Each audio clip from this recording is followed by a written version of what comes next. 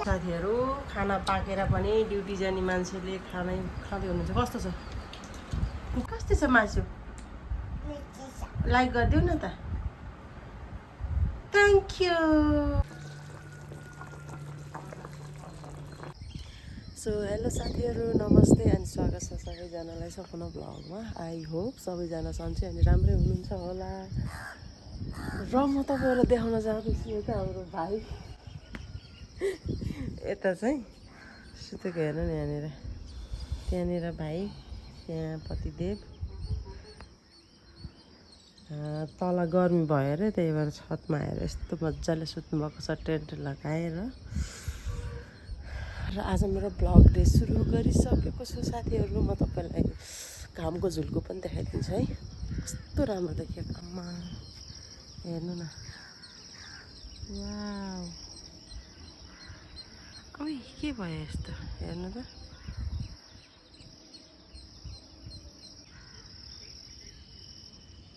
देख्न सक्नुहुन्छ साथीहरू, मेरो छत, घरको छतबाट चाहिँ यस्तो देखिन्छ है।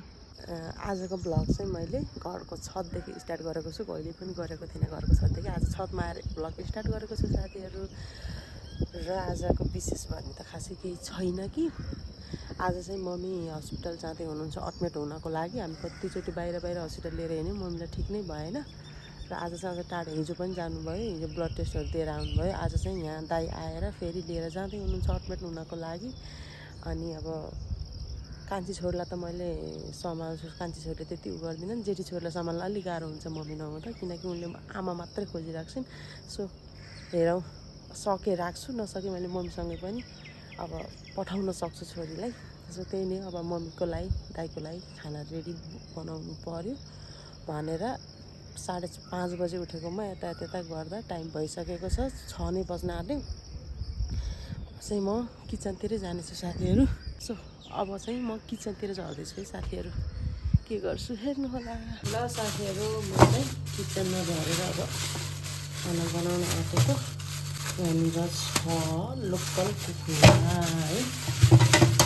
बिहान मेरो किचनमा यही पाक्छ। अब किन यस्तो भन्नु होला, यो चाहिँ कालो कुखुरा हो, त्यही भएर हल्का कालो छ कि। कालो कुखुरा दबाई पनि हुन्छ अरे, त्यही भएर चाहिँ ल्याएको हो कालो कुखुरा। अब चाहिँ पकाउन स्टार्ट गर्छु है। मजाले झोल्छु कि यहाँ हेर्नु साथीहरू, मेरो कान्छी छोरीको सुताइ कस्तो छ। अम्मो कस्तो भिडियो, कोही त्यता कोही त्यता। राति सुत्ने बेलामा साथी चाहिन्छ। कान्छी छोरी मसँगै सुत्छन्। अब जेठी छोरीलाई हेर्नु चाहिँ, जेठी छोरीको सुताइ फेरि कति लामो देखिएको छ। कस्तो छ सुताइ, अहिले मजाले सुतिहान्। मम्मी जाने बेलामा रुनी होला। हेर्नु न, यस्तो हातमा पनि नम्पालिस चाहिने रहेछ। यस्तो छ जेठी छोरीको सुताइ, देख्न सक्नुहुनेछ। यता कान्छी छोरीको सुताइ। यिनलाई चाहिँ राति यो साथ नै चाहिन्छ। आमाले ल्याइदिएको आई लभ यू गरेर बर्थडेमा यिनलाई साथ नै चाहिन्छ। कतै गएको छैन, एउटा मात्रै उता गएछ। कान्छी छोरीको त फेरि कता हो कताखेरि हेर्नु। र साथीहरू, अब तातो पानी खाउँ अलिकति, अनि पकाउनुपर्छ।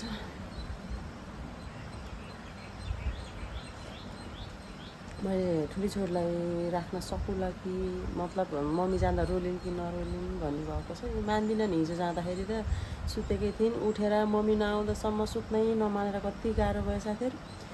आज त झन् मम्मी जाँदा टाइम नै लाग्छ, किनभने दाइ उताबाट टाढैबाट आउनुपर्ने छ। दाइ यहाँ आइसकेर खाना खाएर यताउता गरेर हिँड्दा त टाइम लाग्छ त्यति बेलासम्म यिनी उठिसकेकी हुन्छन् अब हेरौँ माने राख्ने नमाने पठाउनु पर्ला भन्ने छ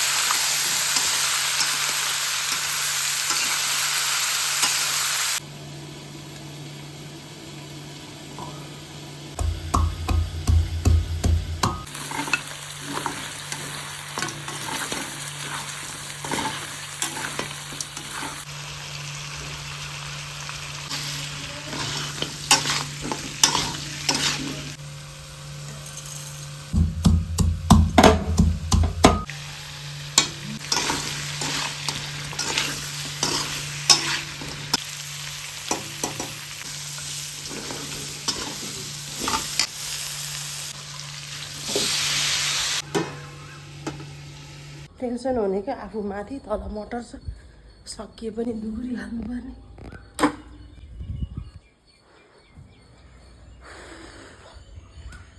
यति घाम हुन्छ नि साथीहरू बिहानमा झन् कुरै नगर्नुहोस्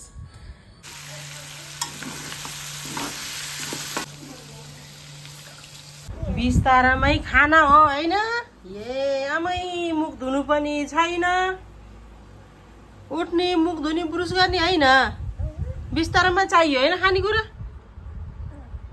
यता हेर त ब्रुस गर्ने होइन खोइ अब म त पुलिस बोलाइदिन्छु नि ल भयो भयो खाऊ खाऊ अब खाएर गर्ने यति गुटगल छ फेरि जाने यसमा त दाना छ यो फिनिस गर अनि दिन्छु गुटगल होइन तिमी छुची भएर पो रहेछ ल खाना झिकेर यस्तो क्लियर बनाएर दिएको छु यो नखाने र ठुलो चाहियो अरे ल छुचो बानी त्यो बिस्तारा भरि होइन नि बनाउनु फेरि